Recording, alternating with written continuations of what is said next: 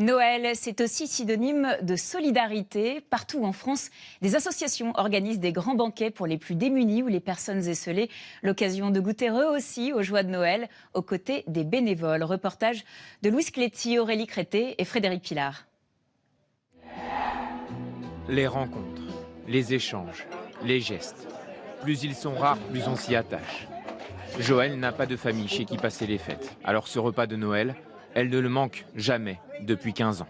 J'attends ça tous les ans parce que comme je suis toute seule en maison de retraite, j'ai une sœur mais elle ne vient jamais me voir. Alors j'aime vous dire que quand on me dit il y a le réveillon à telle date, je l'attends avec impatience. Comme Joëlle, ils sont 40 à table ce midi, invités par les petits frères des pauvres de Rennes, pour briser la solitude à coups de fourchette et d'éclats de rire. La fête de l'année, c'est Noël, on dit bonjour à tout le monde, on se retrouve, c'est merveilleux.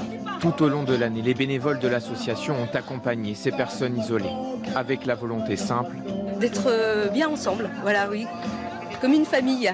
Solidaire plutôt que solitaire, même devise pour l'association Caritas à Strasbourg.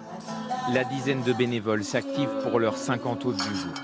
Pintade et bûches de Noël, mais d'abord saumon fumé, souvent une découverte pour les plus jeunes. Plusieurs de ces familles sont en France depuis quelques années seulement. Venus le plus souvent d'Europe de l'Est, ils vivent dans la précarité. Pour ces enfants et adolescents, ce réveillon solidaire signifie beaucoup.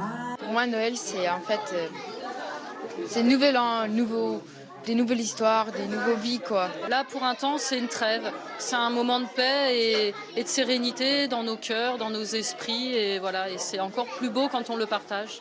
Partager ces bons moments, mais pas ses jouets. C'est chacun le sien. Heureusement, à Noël, il y en a toujours pour tout le monde.